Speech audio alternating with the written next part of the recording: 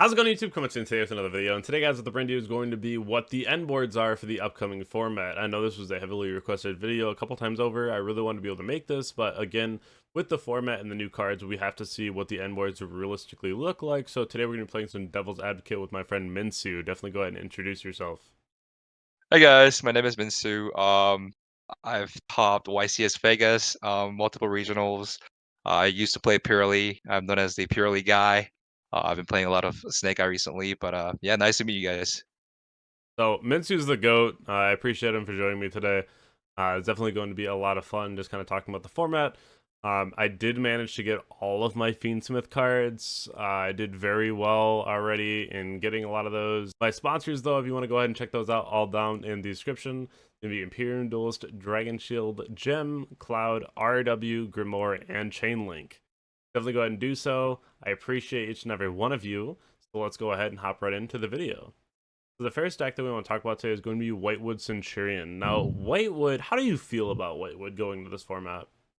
I think Whitewood can definitely play through a lot of interruptions. So like, I think they can at least play through like 2 to 3 hand traps, like Imperm Veiler, Ash.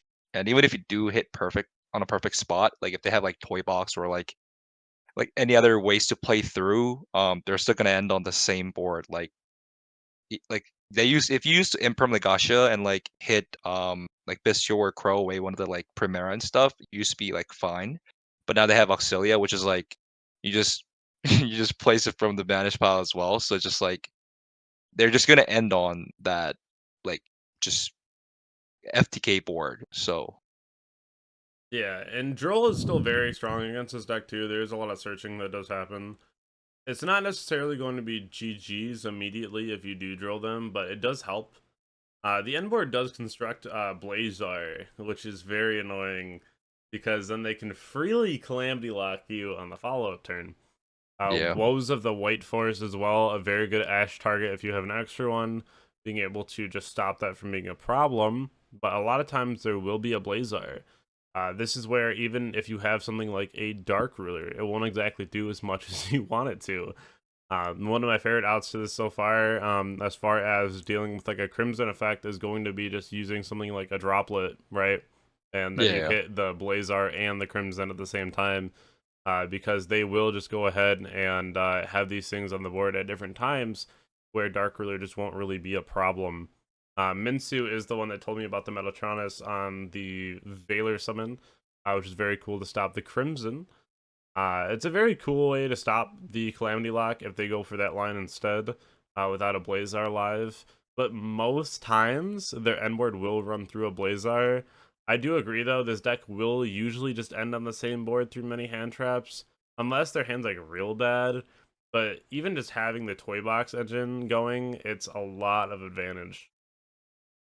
Yeah, like I think if you're approaching with the board breaker format, this format, I think it's Dark Ruler or Droplet for sure. And I think Cosmic's gonna be extremely important in order for you to stop either from them to going into Crimson Dragon or just negating their board in general. Yeah, and I definitely agree with that too. I was really hyped up on Mind Control Change of Heart. In testing, though, it's kind of rough with Disarray on the end board. This is something that won't necessarily be like a crazy issue if you can be able to like bait that out or what have you. I'm kind of leaning more talent now than I was the mind control, but there's also just better cards to be running. So at least right now, being able to have the droplet, I think, is more favorable, at least for me, or droplet or dark ruler. I do think that you should be on hand traps and board breakers though, and not just one or the other, because I don't think one or the other is strong enough alone. Yeah, for sure. I think FTK decks are going to be strong. I think going to Nats format, people are going to be conflicted on either board breaker approach or the hand trap approach. So I think cards like Crossout is definitely like it's gonna be mid because if people are on hand traps, yes, Crossout's insane, being able to play and pull routine combos. But if they're on board breakers, you can't side one copy of Dark Ruler, one copy of like Droplet, one copy of Evilly Match. So it's just like it's just gonna be very heavy on deck building, and whoever deck builds the best will be able to win. The next deck we have here is going to be Ubel Fiendsmith. Now, this deck is pretty gnarly. Definitely a lot of very cool end boards.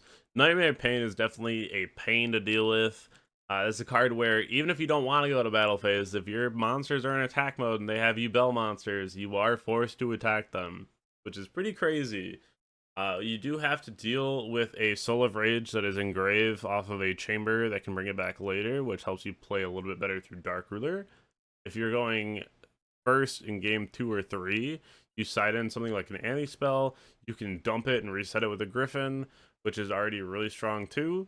Just another way to be able to get to more blowouts. And then the Appaloosa, Viridris, and Phantom is definitely nothing to joke about either. Yeah, I think this deck is extremely strong going into NWCQ, especially because now they have Fiendsmith engine access.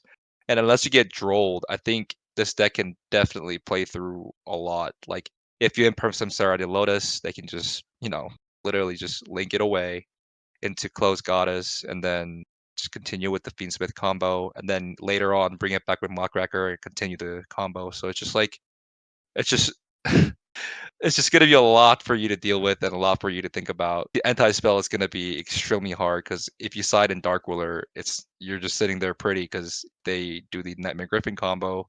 You're locked out of, normal spells or anything, and then you're also locked out of monsters. So Yeah, and that's absolutely brutal. We were having some devil advocate before the video started too, talking about like what to stop, when to stop, and if you just have an imperm, if you see them normal summon out like a Samsara, it's fine. But if they activate like gates first, then you just almost can't even imperm the Samsara because they just get rid of it and bring it back. yeah, So a lot of times you want to at that point hit the spirit, because then you can go ahead and stop the access to pain. A lot of times people aren't playing one pain, so that's pretty solid. Loving Defender, Eternal Favor are not very popular. I've seen it a couple times. It's not popular though. It's not part of the actual build. Some people are siding Escape and they're maining a A-bomb for the trap cards. So definitely very interesting. The Escape more for like the control matchups.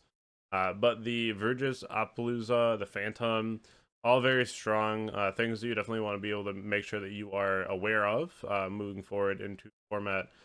Called by and Phantom is going to be fantastic, of course. And then it really depends on how the end board goes. I kind of like Super Poly's format. It's not like super crazy, but like if your opponent has like the Soul Rage they bring back and they have a Viridris, you can like Super Poly those two away, which is like a good way to like get rid of those bodies. I'm personally playing Spear mode in my side deck, so like kind of nice. I like that card a lot, but that's like my way to just break a board.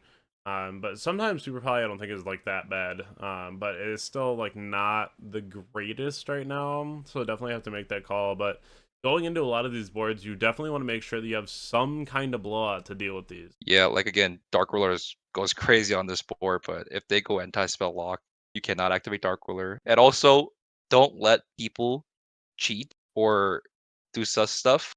Phantom of Ubel cannot be used as fusion material, so they cannot shuffle Phantom of Ubel back, or they cannot use Phantom of Ubel as super poly target. So that's something to keep it in mind. And yeah, I mean, it's just standard board. People are gonna end on Appaloosa, Viridris, and Phantom of Ubel, and Dark Ruler goes crazy, or Droplet. Yeah, both very strong. And talking about things that are very strong, the deck of the format. I think this deck is insane. But you really play this deck, so I'll let you lead this one off. Yeah, Snake Eye.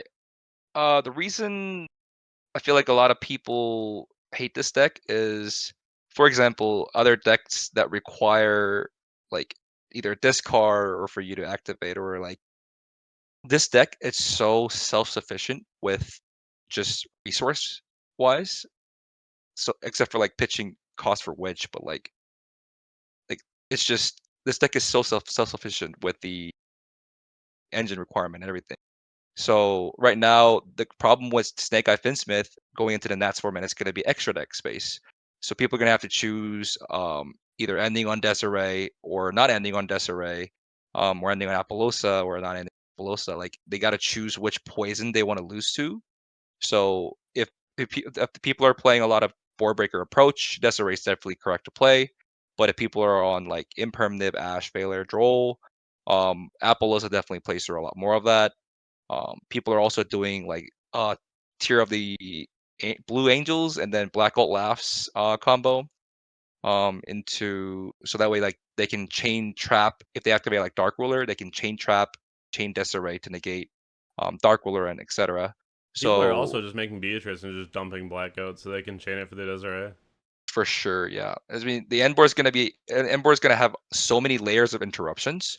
So it's just it's just really hard to deck build, right? Because you want to have hand traps for Snake Eyes because Snake Eyes is very fragile deck, but at the same time, like some of the hand traps that works for this deck doesn't work for the other decks. So it's a dilemma for sure. Yeah, and like the deck itself is just so resource advantage. It's just so crazy. The Flamebirds alone, I really hope that card gets banned. But it's really obnoxious that they can like negate cards in your board and then just black out you and just call something that's really important. And that's definitely unfortunate to deal with. As far as like an Appaloosa goes, I know a lot of people want to see that card banned. I still believe that it's like fine, but it's still something that you got to think about, right? Like that's still on the end board. Right. So that's something that is definitely going to be a problem as well. Another thing that I've talked to people about with Super Poly is that you definitely can Super Poly IP and Appaloosa for the Earth Golem, which is definitely cool, but IP is almost never on the end board until they need it to be. Yeah. So it just doesn't make sense to even want to do that. Then they have Princess Engrave 2, so that's another piece of interruption, and then any kind of hand traps because the deck plays so many, so they could be sitting on like 4 or 5 cards in hand on their end board as well. Yeah. That's the problem. It's just like they can just start off with Witch, Ash, go full combo, end on like 18 different interruptions, but then you still have to play through like 2 or 3 of their hand traps that are left over in this hand. And if they open skill drain, it's just like what do you do at that point, you know? Just insane. Just like what's going on, you know? Right. Talking about Ritual Beast though, this is definitely quite the deck. It's very hard for very little payoff. I feel like this deck is definitely going to be prominent, but I don't think that like the level of play on it is going to be worth. I know that like I put it on unplayable and it's done a little bit since then, but I think that the deck itself A has a lot of shock factor, and B leans heavily on shifter and Di-Fi. So I mean like you end on Ulti Gaia Pelio, which isn't once per turn, by the way. Please know that. I watch people lose to that already. It's not once per turn. The Link 4, which can banish a card, and then either Colossus or Protos. Yeah. The deck itself, it can be pretty spooky, especially if you require your graveyard, like I do most times, right? You guys know me, I hate Shifter. We all hate Shifter. And I think that is definitely a deck to look out for. It's going to be there for sure. But it's not something that I'm necessarily like super afraid of. I think like in 12 rounds, I'll probably play against one. I think that's very real. But beside that, I don't really think that this is something that will go like crazy deep. I think at least one gets in top cut, at least one, maybe two. But how do you feel about this deck? I think this is the best shifter deck at the moment. But like Floowandereeze, this deck still loses to Molchummy pretty hard because they normal summon a lot because they Right. get extra normal summons through their extra deck monsters. So they This just deck keep normal also summoning loses to through. Molchummy though. Yeah. So this deck loses to Molchummy, and the way it can utilize shifter and Di-Fi is insane. And the way the rulings work is their cards get banished initially, but they have effects to send it back to the graveyard. So that's how they are able to cycle through multiple ritual beasts. And like I said again, don't let people cheat you.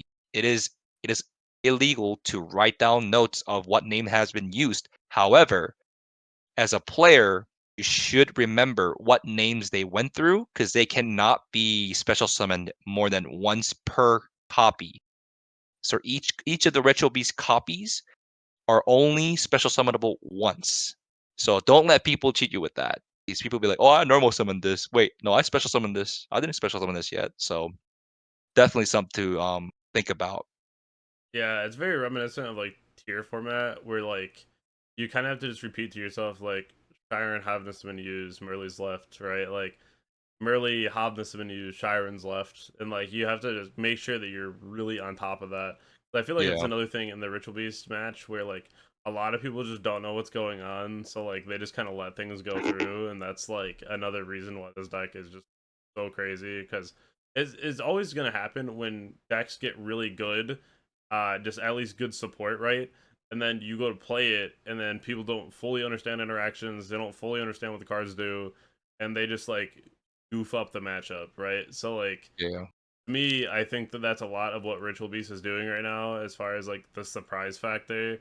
So again, I don't really feel like this deck is like mega real, but I do put enough respect on it to know that it will end up in top cut. But just know this is a typical end board. You're gonna deal with no graveyard probably. Ulti Gaia Pelio, that's not once per turn. The Link 4, Colossus, and Protoss. If I swear, if anyone comments that they lost to this thing because it's not once per turn, bro, like now you know. Now you know.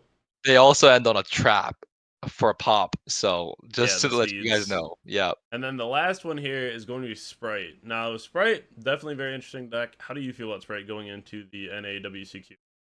I think Slowkey Sprite's pretty crazy. The fact that they can now end on like IP Toad, like Malfi cards plus Double Cross. And going second, they just activate Gamma Burst and they just like OTK you, or they just go Mosquito OTK you. And like this deck just have a lot. Like Droll format, so it's gonna suck for them to not able to, add a lot of the contents they require, but I mean, the fact that they can cycle Toad twice with Double Cross and end on IP at least sounds pretty good, along with Red and Carrot. See, you said that Ritual Beast was the best shifter deck. I think this is the best shifter deck, to be honest with you. I think it's pretty good shifted deck, but I think it's like you can't. It cuts your access to sprint. It cuts your access to So, like Toad. So it's just like I don't know. I feel like you can make Zeus and Mosquito Zeus, but like I don't know. It's definitely something because you can't OTK unless you have exactly you need like four bodies. blue and jet in your hand. Like you should have a normal summon and then blue and jet, and then you can OTK them. Yeah. Droll's pretty good. Dark Ruler's really, really good, but only because like if they Yeah. Dark Ruler you, if you do anything, they're just gonna chain Toad, add back the follow up, and then just activate Double Cross in the same chain, and then target the Toad, and then summon it back. And So then you called by. and then you call by. That's crazy, but I mean, at that point, it's Dark Ruler call by. I don't think you're winning the game. Yeah, yeah, yeah. That's just kind of like the icing on the cake, then. You're just kind of like, yeah, I got it. Right. Yeah. I think there's going to be so many decks that end on really, really good boards. So I think Dark Ruler is going to be extremely, extremely not I'm not going to say good, but like decent into a lot of the boards. Like Dark Ruler trades with Apo, Flameburge, and like most of the time people are ending on like Desiree or maybe like Pit Knight. Some people are ending on Pit Knight. Um, but I don't know. It's just it's just a weird call. You should definitely main deck handcuff to stop them, aka Droll. But at the same time, you should have some kind of board breaker on the side that doesn't auto lose to like FTK full board, like Toad IP double cross Melfi package, or like like full like Ubel boards. So it's just gonna be a really weird format for you guys to play into. So before we sign off, Minsu, I got a question for you. Yeah. What is your oddball deck that you expect to see in Top Cut? Oddball deck. Oddball deck, the one that you expect to see up there.